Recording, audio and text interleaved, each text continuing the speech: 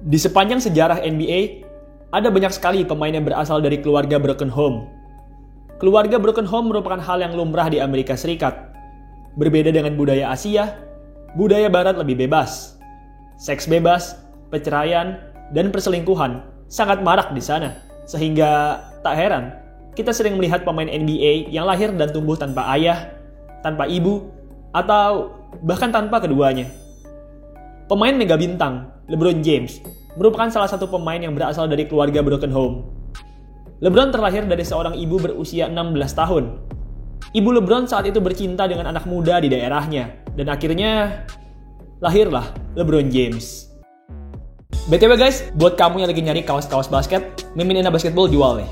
Ada kaos Ina Basketball, kaos Kevin Durant, kaos LeBron James, kaos Kobe Bryant, dan masih banyak lagi.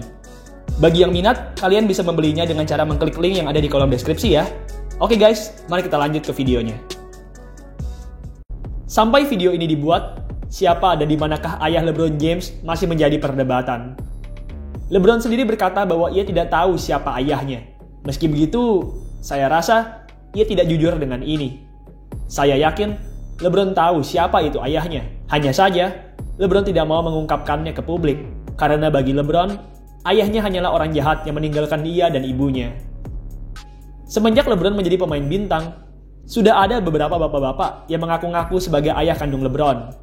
Salah satu bapak-bapak tersebut adalah Leicester Bryce Stoffel.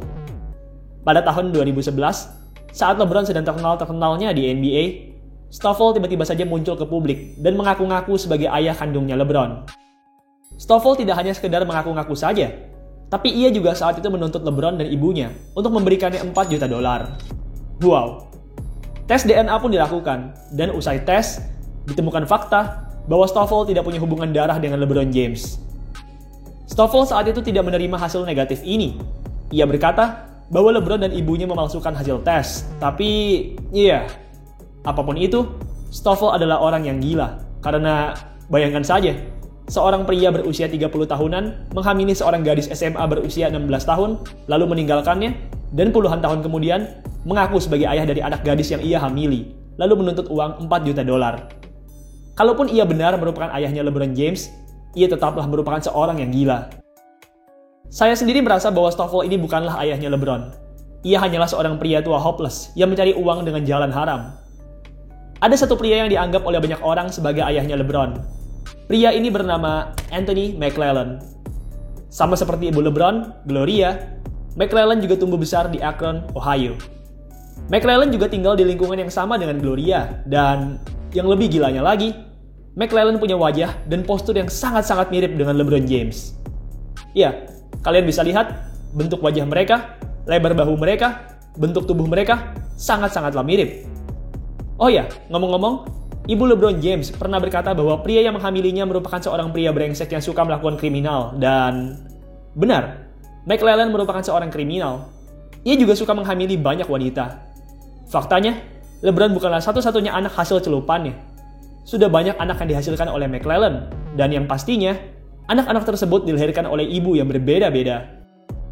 Jujur saja, ayahnya LeBron James ini mengingatkan saya dengan ayahnya Dennis Rodman.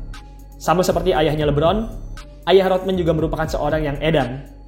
Ayah Rodman bahkan mengaku punya 29 anak dari 16 istri yang berbeda. Wow. Oke, jadi Anthony McLellan, orang yang diduga kuat sebagai ayah kandung LeBron James, memiliki banyak anak. Dari sekian banyak anaknya tersebut, ada satu yang menarik perhatian saya, yaitu Aaron Gamble. Sama seperti LeBron James, Aaron Gamble juga ditinggalkan oleh McLellan semenjak lahir. Gamble sendiri bisa muncul ke permukaan usai berita tentang dirinya mencuat ke publik. Pada 2016, Aaron Gamble meminta pertolongan kakaknya, LeBron James, supaya menolongnya secara finansial. Ibu dari Gamble saat itu sedang sekarat, sehingga ia sangat membutuhkan uang untuk pengobatan ibunya. Sayangnya, saat itu diberitakan bahwa LeBron menolak permintaan dari saudaranya. LeBron merasa bahwa ia tidak punya hubungan apapun dengan saudaranya ini. Bagaimanapun yang namanya berita di internet, kita tidak tahu 100% kebenarannya. Pada Januari 2017, di akun Twitternya, Gamble memposting foto dirinya berfoto dengan cincin juara Cleveland Cavaliers. Untuk informasi, Cavaliers baru saja juara di tahun 2016, dan cincin juara mereka baru diproduksi beberapa bulan setelah mereka berhasil meraih juara. Di tweet tersebut, Gamble menampilkan fotonya dengan cincin juara 2016 Cleveland Cavaliers. Jika ia mendapatkan cincin ini dari LeBron, maka ada kemungkinan LeBron pernah bertemu dengan saudaranya ini dan mungkin saja LeBron saat itu menolong saudaranya. Aaron Gamble merupakan saudara LeBron yang paling mirip dengan LeBron. Meski berbeda ibu, tapi wajah dan tubuh mereka sangatlah mirip, terutama saat Gamble masih muda dan atletis. Pada beberapa foto, Aaron Gamble bahkan terlihat super mirip dengan LeBron. Jika ada yang bilang kalau orang yang berada di foto ini adalah LeBron, saya akan langsung percaya. Jadi, ngomong-ngomong, bagaimana nasib dari Aaron Gamble? Aaron Gamble baik-baik saja. Ia punya kehidupan yang berkecukupan, ia punya rumah yang bagus, rumah yang dimiliki oleh kalangan menengah Amerika. Punya anak-anak yang lucu dan sedang bersekolah, serta punya pekerjaan yang stabil.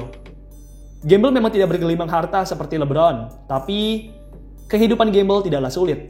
Ia hidup berkecukupan. Oh ya, ngomong-ngomong, Aaron Gamble ini punya saudara kembar.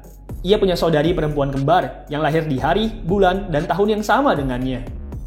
Seperti yang sebelumnya sudah saya bilang, Gamble dan saudari kembarnya ini bukanlah satu-satunya hasil benih dari ayah LeBron. Di akun Twitternya, Gamble pernah menunjukkan foto kakaknya, yang mana ia bilang bahwa kakaknya ini merupakan anak pertama dari korban celupan Anthony McLellan. Ada satu hal menarik lagi yang membuat saya yakin kalau Aaron Gamble ini merupakan adik dari LeBron James. Gamble pernah memposting foto pamannya di akun Twitternya. Menariknya, pamannya ini punya wajah yang mirip sekali dengan LeBron. Ia seperti LeBron versi usia 60-an. Mungkin saja, di masa tuanya, LeBron akan berpenampilan seperti ini. Jadi intinya, adik LeBron memiliki nasib yang sama dengan LeBron. Sama-sama ditinggalkan oleh ayahnya, dan hanya hidup dengan ibu saja.